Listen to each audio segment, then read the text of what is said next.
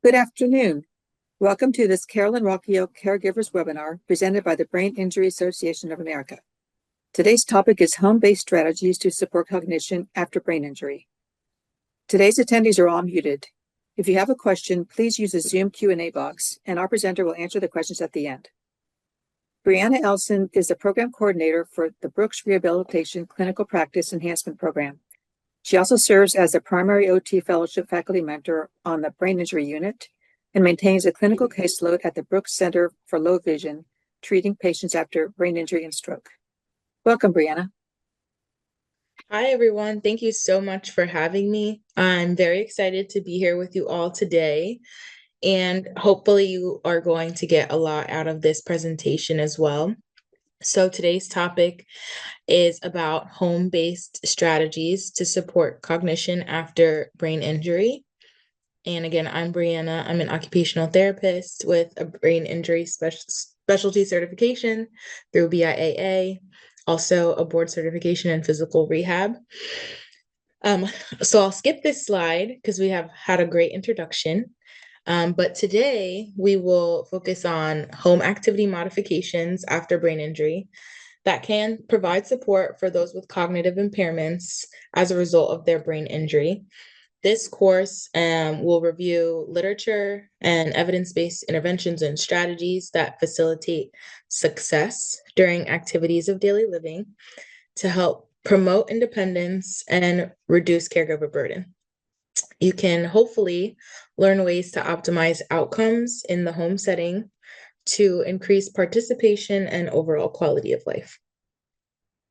So my objectives this afternoon are: one, to discuss the current literature regarding evidence-based strategies to support those with cognitive impairments in the home setting, describe at least 2 interventions that support independent living and community reentry for those living with cognitive impairments, and 3, explain how home or activity modifications can promote success for those with cognitive impairments after brain injury.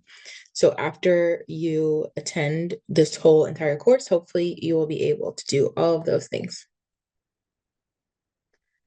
So why do home-based strategies in particular matter after brain injury?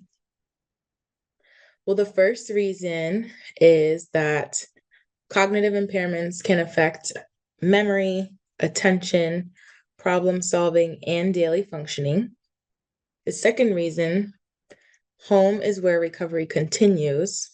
Routines, real relationships with other people, and real life challenges. So taking into consideration all the complexities of everyday life, home is super important for us to focus on after you go through the traditional recovery page, maybe in the medical model of rehabilitation.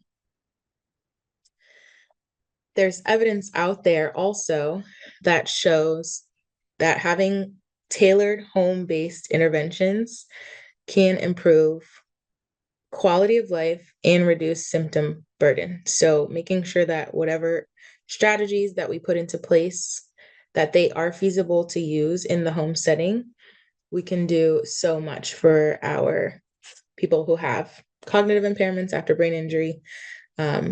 So when I was doing my literature review, I came across UAB, which is the University of Alabama, and they have a cognitive stimulation guidebook, which I thought was amazing. So this is one of the first pieces of literature I wanted to review with you, that it's a free download that you can go onto their website and download on your own, and I'll walk you through exactly how you would use this guidebook. So the guidebook provides simple cognitive activities that can be done in the home setting and little to no cost, which is super important because you don't really want costly interventions. Sometimes it's hard to get things if they're too expensive. This guidebook is free. You can download the PDF, and you just might need specific pieces to the activity, maybe some coins, maybe a deck of cards, but like very little to no cost. Also, the other amazing thing about this guidebook is that it's meant for people to utilize whether they have professional expertise or not. So a caregiver can do it, a family member can do it, a child of that person with the brain injury can probably help with it. So that's really great because it allows multiple people to be a part of the recovery process too. So the guidebook was part of the Traumatic Brain Injury Model Systems Initiative and was made possible by a grant that was provided, which is helpful because that's why we all can get access to it for free. So what you'll see on the right is a graphic, and it says stimulation targets, which means those are the focus areas of the activity. So we might be focusing on fine motor, memory, processing speed, visual spatial awareness, attention or concentration, problem solving, language, or maybe an academic focus. So depending on what you want your focus to be that day when you choose an activity, your stimulation targets will guide you. So each activity that's in the book, there are tons of them. I'll show you the table of contents on the next slide, but it will stimulate one or more of these stimulation targets that you see on the right-hand side. An important thing to note is that you want to choose activities that the person wants to do or finds fun to do so that it helps with engagement, staying active, an active participant in the activity that you choose, and also some of what we call our principles of neuroplasticity. It just helps keeping things familiar to the person or activities that they knew how to do before or they enjoy doing before. Those are always the best places to start. So if they never loved playing cards, maybe picking the card activity is not the best thing, but if they did love to play cards before, that's probably a great place to start. Starting with lower level activities that are easier to do are your best bet. And then you can move to the higher level activities as the patient or person progresses, because you don't want to frustrate them. You want to make sure that you start with things that are a little bit easier, that they'll have success with, they'll find fun, and then you can work on progressing. The activities in the guidebook are ranked by their level of difficulty. So if you kind of know what your person is able to do, you can choose an activity based on the level of difficulty. There are notes in there to help guide the facilitator, whoever the person is that's helping to progress the activity. There's notes for that person so that they know exactly how to guide that person through the activity. And then where you see listed tasks, it's what the person that is participating in the activity is expected to do for each one, which I will show you a little bit more on the next slide so that it makes more sense.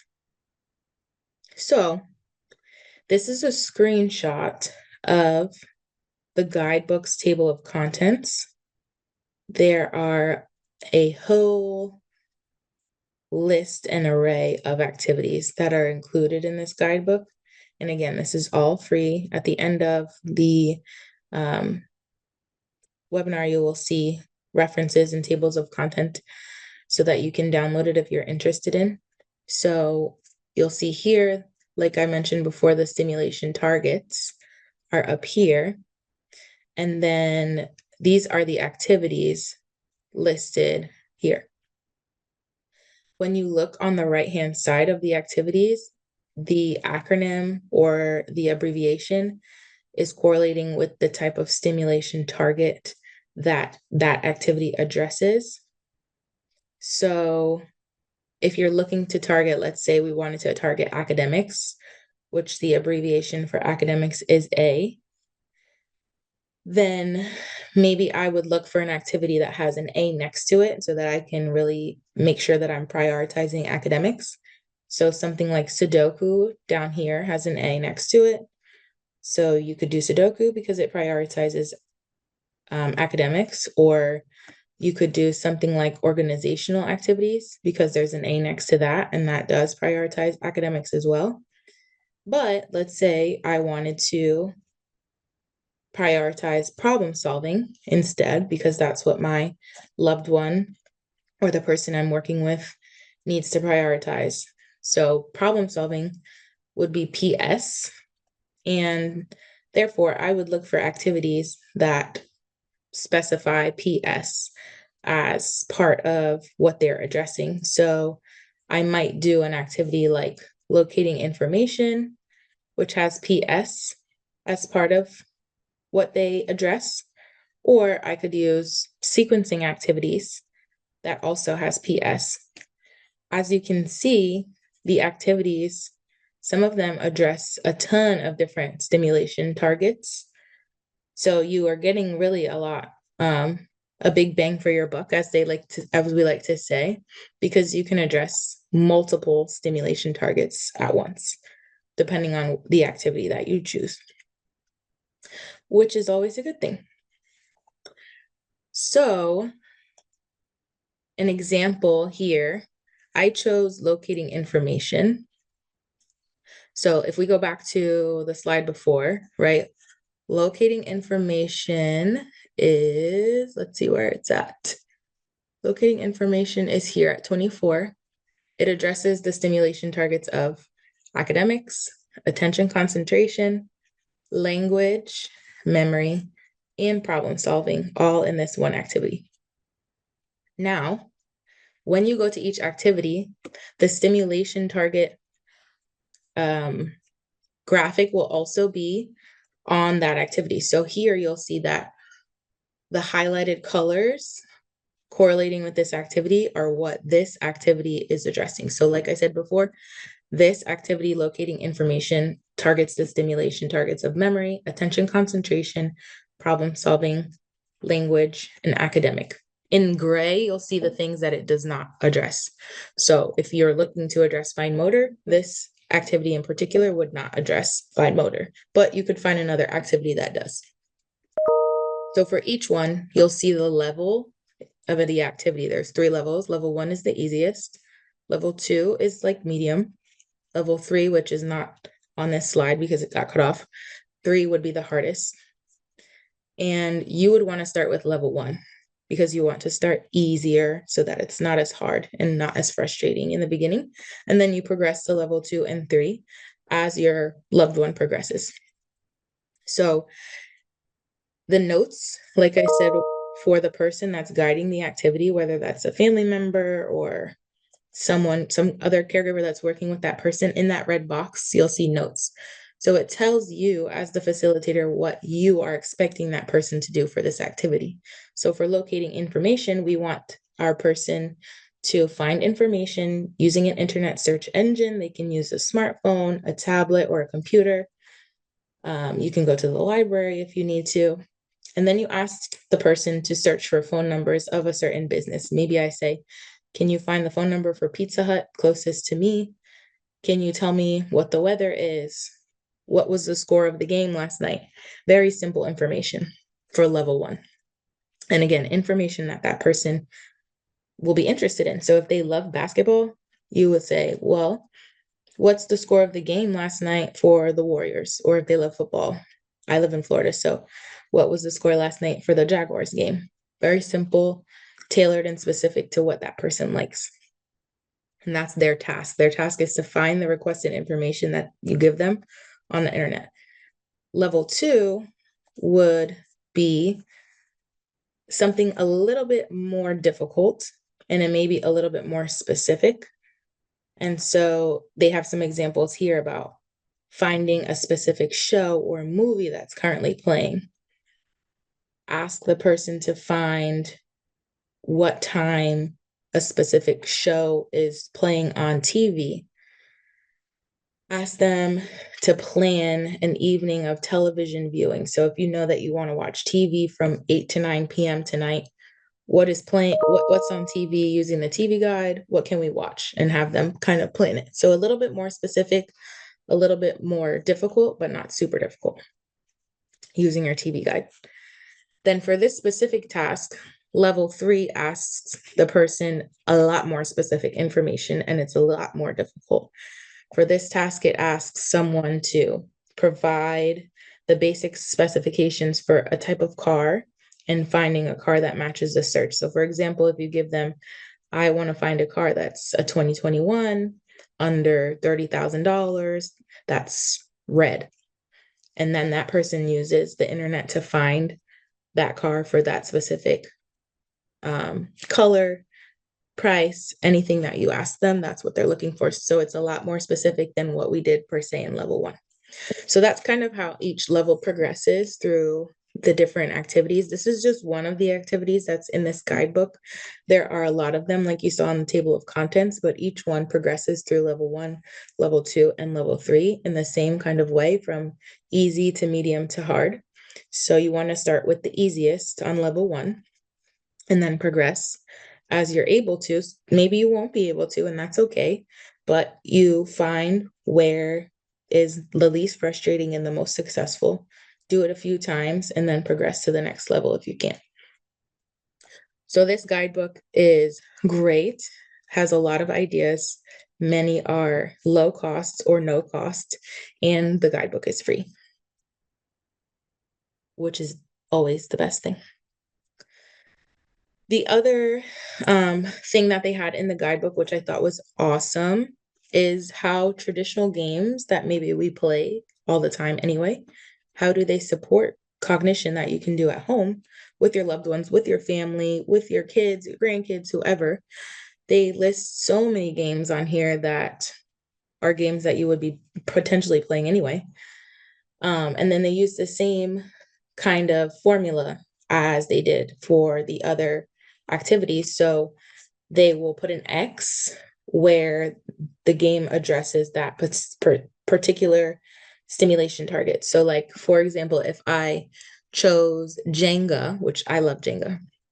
So Jenga addresses fine motor, it addresses attention concentration, and it also addresses visual spatial. So I'm addressing those 3 stimulation targets with Jenga. If I wanted more things to address in one game, I might go to a different game that has a lot more that they can address. So if I go up to chess, chess does fine motor, attention concentration, memory. R is, what's R? Ooh, reasoning? I don't see an R. It also does visual spatial. So it addresses all of those different stimulation targets. So think about the games that you might have at your house already, or if you don't have them at your house, you can go to Goodwill or the thrift store or anywhere really. And I'm sure some of these games are there, but they give you a really great and robust list of over 20 different games that you can use to focus on different aspects of cognition as well.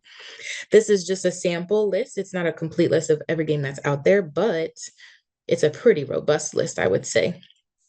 So don't discount using traditional games to support cognition. I think also it's a great way to get the family involved in recovery, a fun way to get the family involved in recovery, and a pretty cost-effective way to also do that. So this is also something that's included in the guidebook as well. So as I continued through my literature search, I came across virtual reality, which I think is another great way to support cognition. This picture is an example of what we would call immersive virtual reality, where you see that headset that's around the person's face. It basically blocks all their view around their eyes. They can't see their outside surroundings. They're fully immersed in whatever the environment is in that headset. And they're super fun, engaging. They are a little costly depending on the type of virtual reality that you get. However, if you get a virtual reality system that lasts you a few years, it probably will be worth the investment. And there's some literature out there that supports how virtual reality can be helpful for those with cognitive impairments and also used in the home setting. It's portable. It's pretty low profile. You can take it from place to place. And so I think it's a great way to also actively engage the brain. And so I wanted to go a little deeper and find out some more information. So first, what we have here are the differences between immersive and non-immersive virtual reality. So immersive virtual reality is what you saw on the last slide, where there's a full headset, head-mounted display, it's called, and the headset is required in order for it to be considered immersive. You interact with the objects as if they were real, using hand and arm movements. And sometimes there are other things like sounds, smells, movements like vibration that really make it a lot more realistic. So that's what we would consider immersive. There's also what's called non-immersive virtual reality, which can be used on a desktop or a laptop, computer, a tablet. It may or may not include smells, sounds, movements like vibration. It does not necessarily aim to create a sense of presence in the environment as convincing as the immersive virtual reality.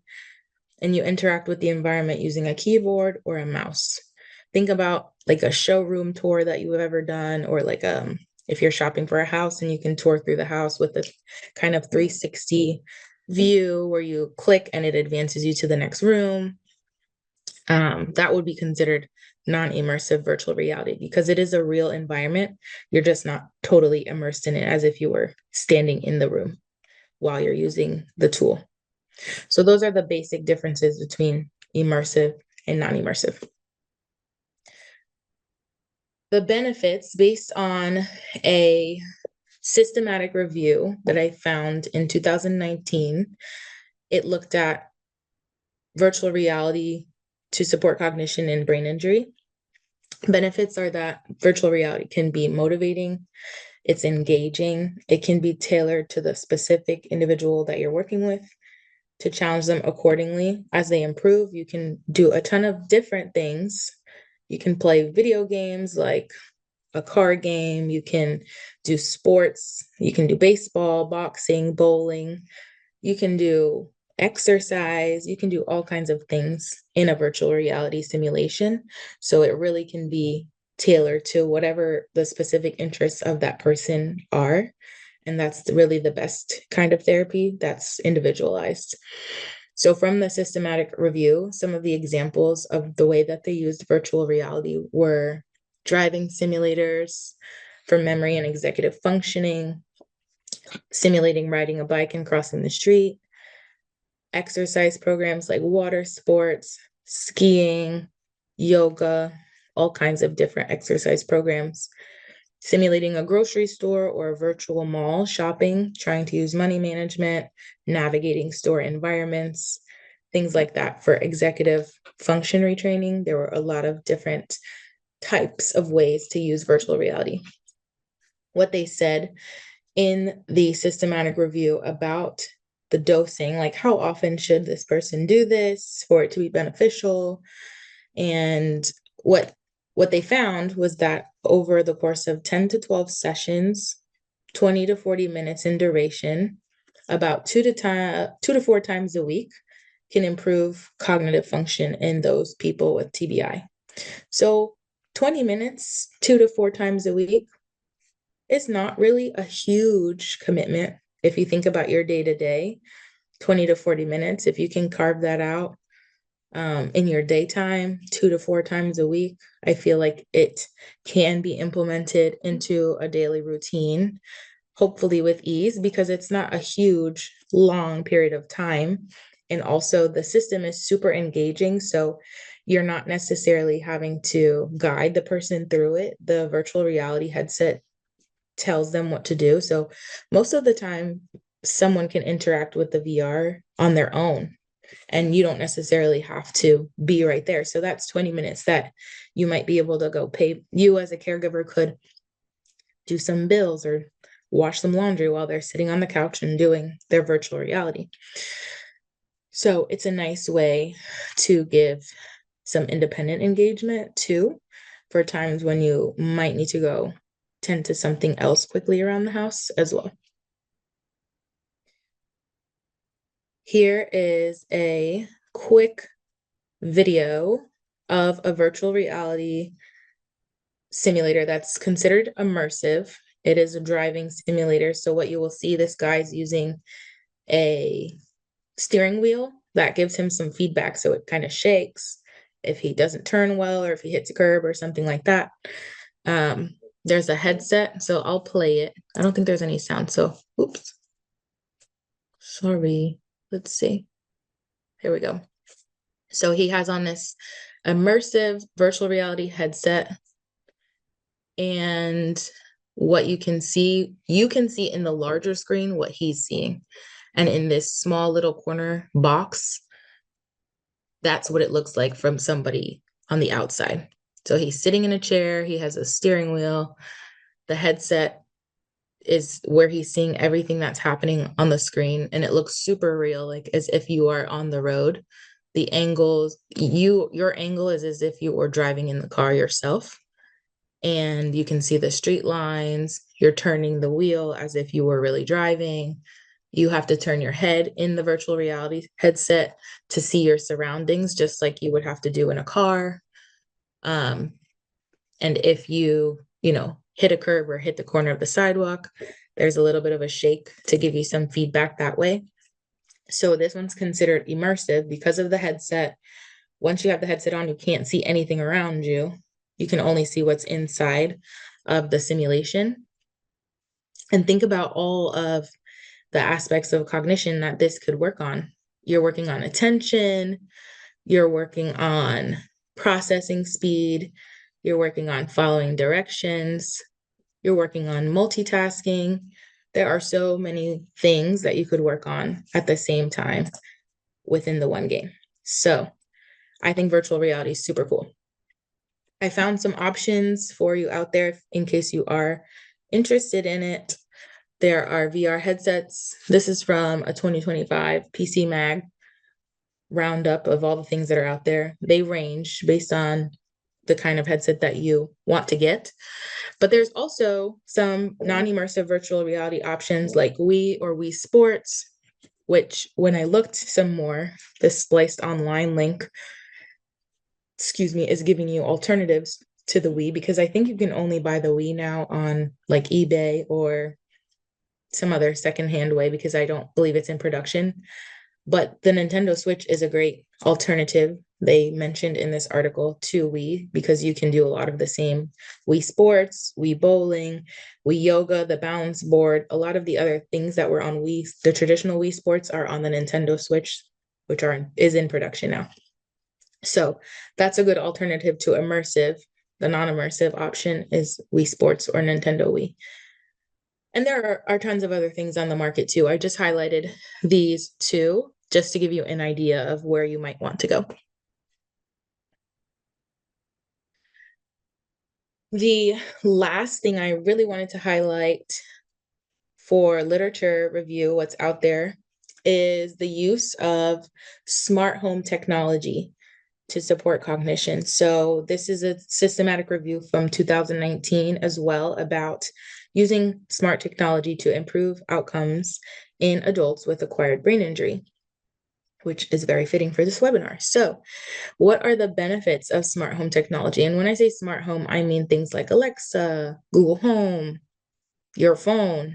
Really, a lot of those things that you probably already have can be used to help support cognition.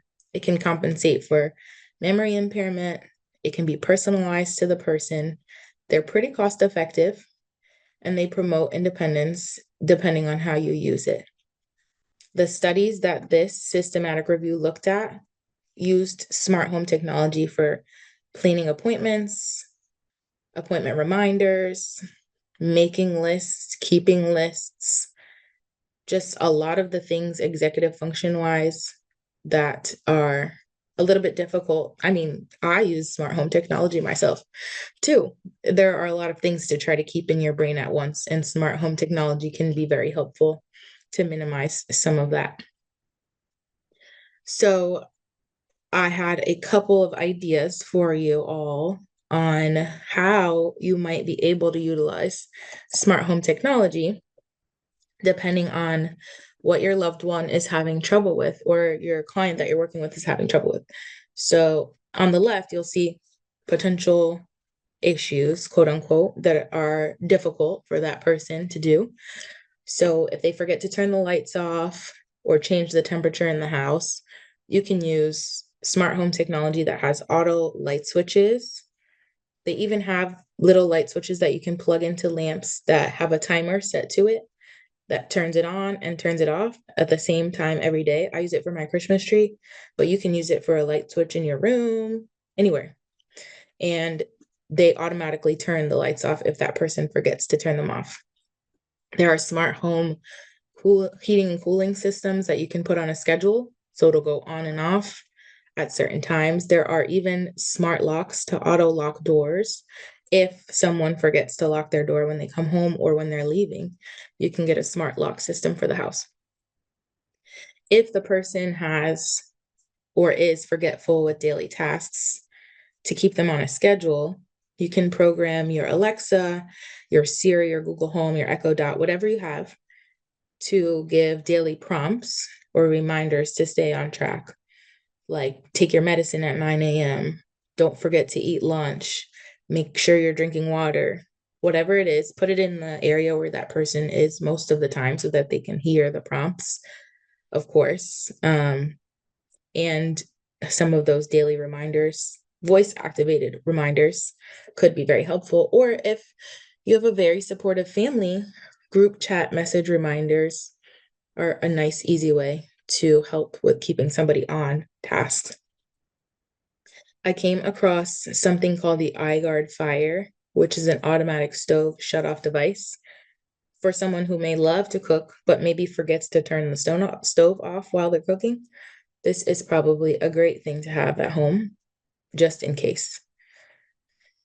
If your loved one or the person you're working with is a wanderer or they're easily lost in familiar places, you could use a GPS tracking device, a smartwatch, wayfinding applications, so that they have a map on their phone or they have a reminder on their watch that they use, or you as the loved one can track them where they're at so you can see where they are in case they are lost. So that's another way for safety to use smart technology to your advantage. It's super important to understand that the needs change. So as the person changes, whether they progress or regress, some of these technologies might not be applicable anymore, or you have to change the way you use them. So thinking about, how familiar are they with technology in the first place? Sometimes it's difficult for people to use technology if it's not something that they used before already. So consider that it might be a steep learning curve and maybe it's not worth doing unless it's something that's super easy and automatic, like a auto lock on a door is not super technical logic. You don't have to be super technologically savvy for that, but you do have to be a little tech savvy to use an Alexa or a Siri sometimes, or you have somebody in your family set it up for you. And then that way you don't have to worry about the setup part of it. Also think about the resources that they have and the expense. Some of these are a little more expensive than others, but I think most of them are fairly, they're at a fair price point. And a lot of people already have some of these things in their homes, and they just may not be using it the way that can be used for cognitive support. So those are just some considerations.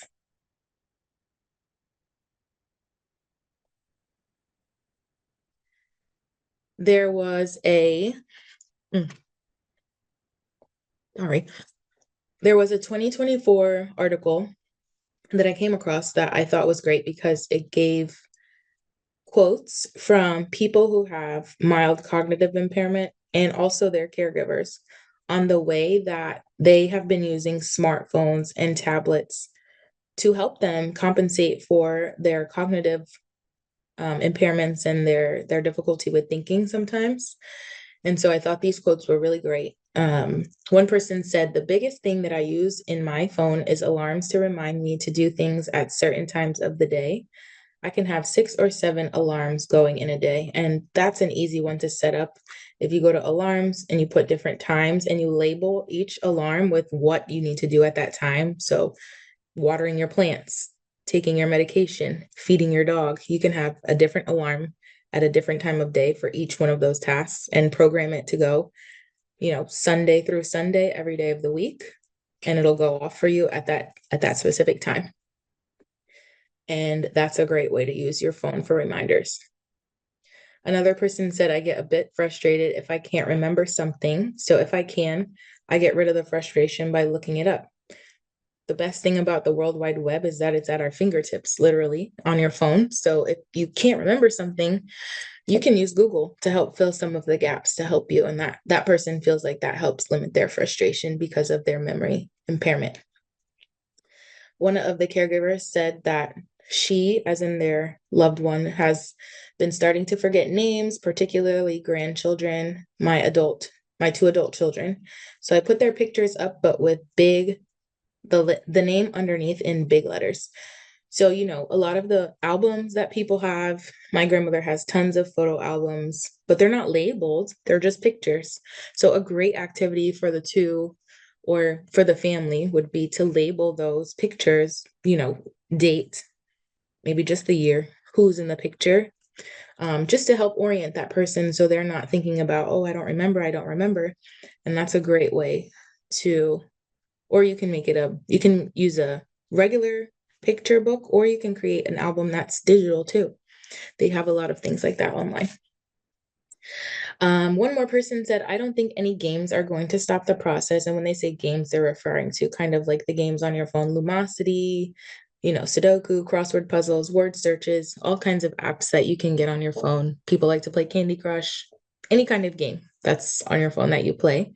So they're saying that I don't think any games are going to stop the process, but I think they help the remaining healthy brain to find ways and to keep flexible and to keep making new connections, which I think is absolutely true.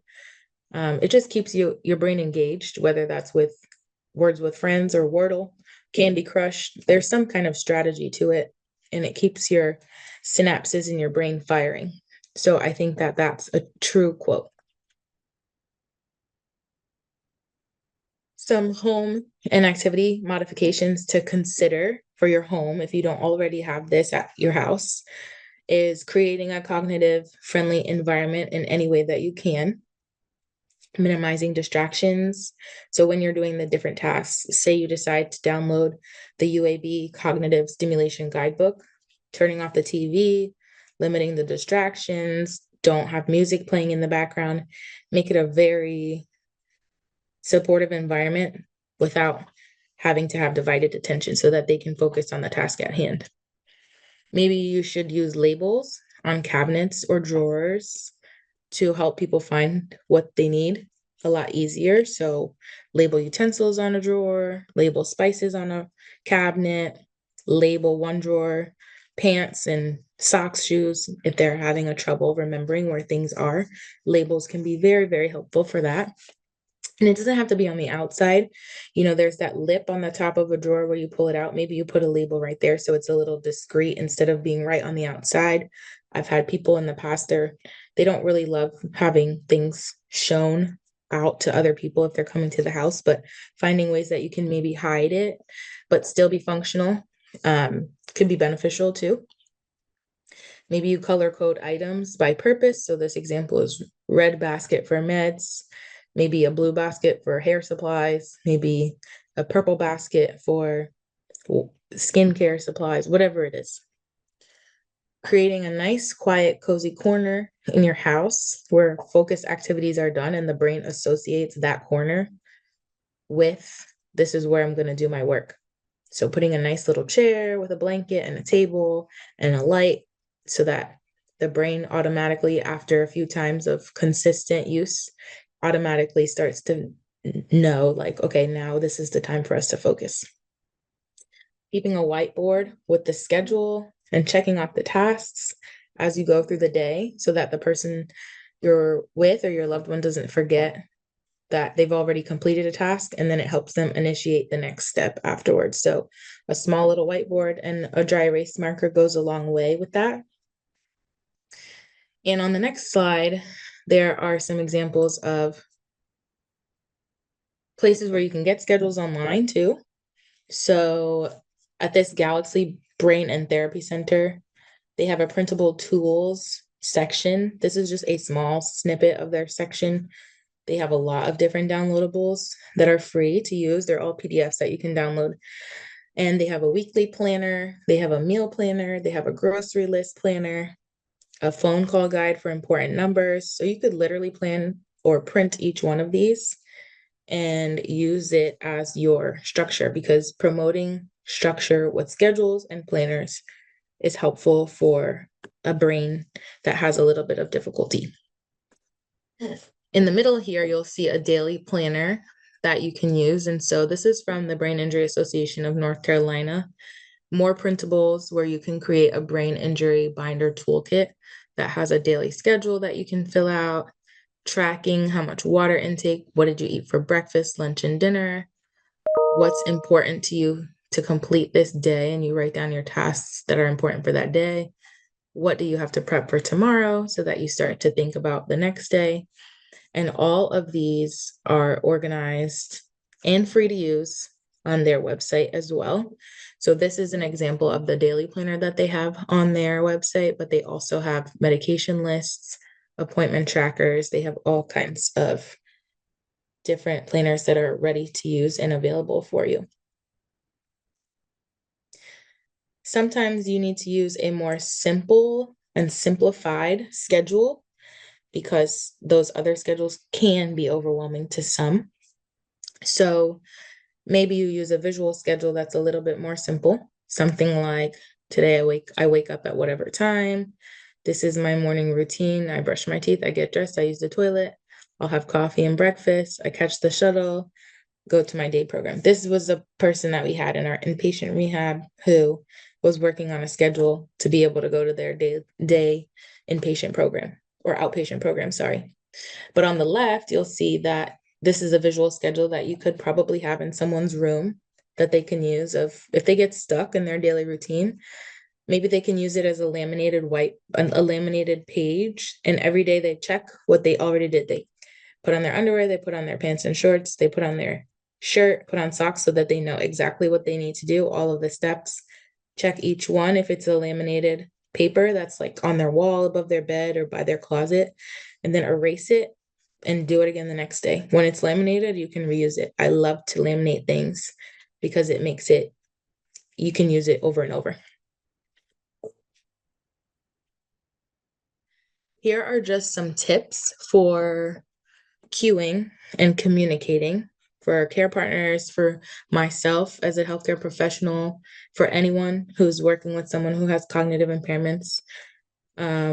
Giving choices is so these are errorless learning techniques. So giving choices, do you want to do a puzzle or play cards? Giving a choice of one thing or the next, and don't leave it open-ended, because the answer will most likely be that they don't want to do it, and we want to engage people in as much as possible. So give two choices. Hopefully those choices are things that they're interested in. So that will be even easier for you to get some buy-in for picking a task. Instead of explaining how to do it, show them, give them a demonstration, show them how to do it. If this is the first time playing Jenga or any game or anything, give them a visual demonstration and then let them follow you. You model it and they try it after you. Sometimes that's easier because processing information verbally is hard. And so a lot of people do a better job with mimicking after somebody has shown them what to do. And after the person does something well or completes a task, giving positive reinforcement, encouraging them to keep going, motivating them to participate more is always a great communication tool.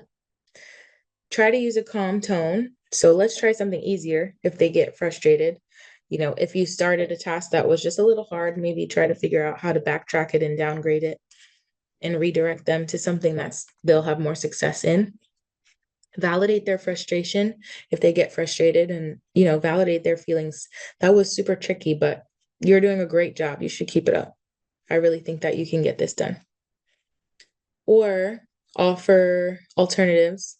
Do you want me to help? I always try to ask, do you want my help, before I just jump in to help, because sometimes people don't want your help. Even if they need your help, they don't want it. They want to struggle. So I always try to help or ask them if they want help. The biggest tip is to avoid open-ended questions or instructions using short and direct prompts, like take your socks from the drawer instead of where are your socks? What do you need to do next? It just is a lot easier for the brain to process when the instructions are short, concise, to the point, and a little bit more directive. So, some key takeaways for today are for the environment: simplify your surroundings with labels and organize your spaces if you can. Routine matters and makes a difference. Consistent schedules, step-by-step tasks can support memory, whether you use a structured schedule or a laminated board or a whiteboard in the home. That can really help. Try to keep your activities that you choose to be engaging. Make sure that they are meaningful to that person or interesting to that person, something that they like or have done before, to keep them engaged. Use smart technology to your advantage. We all have phones, most of us do. And there are ways that you can use your phone or other smart tools like Alexa or Siri to boost independence. We need a team approach to help. Even in the home environment, a team approach is helpful. So collaborating with strategies, maybe someone found one thing that works great and share it with the rest of the care team, whether that's partner, family, professional that's working with that person. Everybody being on the same page is always helpful. And recovery continues at home. Daily routines continue to help progression of independence, and home is where rehab and recovery continues too. So integrating things into the home environment as much as possible will always be beneficial for cognitive recovery. And here are some of the references I talked about. So I talked about the In-Home Cognitive Stimulation Guidebook. That's the first one on here. I think if you just put it in Google, it will pop up for you and you'll be able to download it. And then some of the other research articles that I mentioned before are also in the reference list as well. So that is all for now. And I think I'll stop sharing and I'll answer some questions for you all. Let me see. I think there are a couple in the Q&A. Stephanie Jackson and Faye said, can I purchase the guidebook? Where are the guidebooks available? They are online for free. The guidebook is not, you don't have to purchase it. It's totally free, which is great. I think if you just put UAB Stimulation Guidebook in Google, it should come up and you should be able to download it from there, I believe. Or if you just, if I can only download it, how big is it? Gigabytes or megabytes? Oh, Faye, I'm not sure about how big it is. When I downloaded the PDF, it came right up on my computer. I'm so sorry.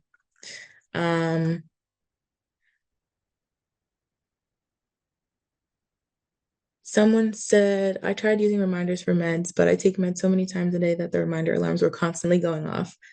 And it ended up stressing the nervous system. And I used alarm reminders for things like telemedicine. In this presentation, I set alarms to start going off well before the event in case I'm not near a phone at the time of appointment, because I forgot very quickly after alarm goes off. That is a great tip. Thank you for that. Okay, great. Somebody put the cognitive guidebook in here, but I don't know that you can send it. So I will ask them to send it to you for the PDF for the guidebook. Faye said, cognitive stimulation guidebooks, Faye, you should be able to download it from there. Team approach. How can people with BI collaborate with each other to do things on a team approach? I think that's a great question. I think finding community supports in your community or like online, those are great ways to collaborate. We have a brain injury clubhouse where I work and a brain injury day treatment center where people with BI collaborate. I think a great place to collaborate is also a volunteer setting where you're working with others and, or maybe like an adaptive sports program, things like that. Those are great ways to collaborate together. Diana asked, any differences in outcome follow through when providing these services at home versus a facility? Sometimes I don't work in the home care setting currently, but when you're back in your normal routine, sometimes it's easier to implement strategies to be more similar to what you would be doing at home versus when I'm in a facility, like if I'm in my inpatient rehab facility, the routine that we have in inpatient rehab is not the same as what you would be doing at home. So we try really hard to structure our setting to be more similar to home because that's what your brain is more used to. So I would think that implementing some of these schedules and structures are going to be easier when you go home because it's your normal environment and where you're used to being. Someone said using a watch with timer and date helps a lot. Took me a while to learn. I was wearing a watch. Once I got used to it, it was great. Okay. I think I got to all of the questions that I could find.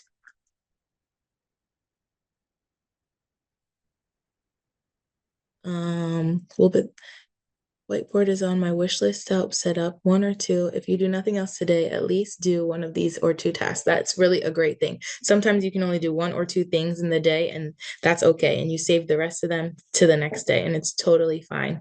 Because, like you said, it's overwhelming with having a lot of things to do. I also get overwhelmed with having a lot of things to do. So, prioritizing your top two things for the day, that's a great strategy. I think I got to everything.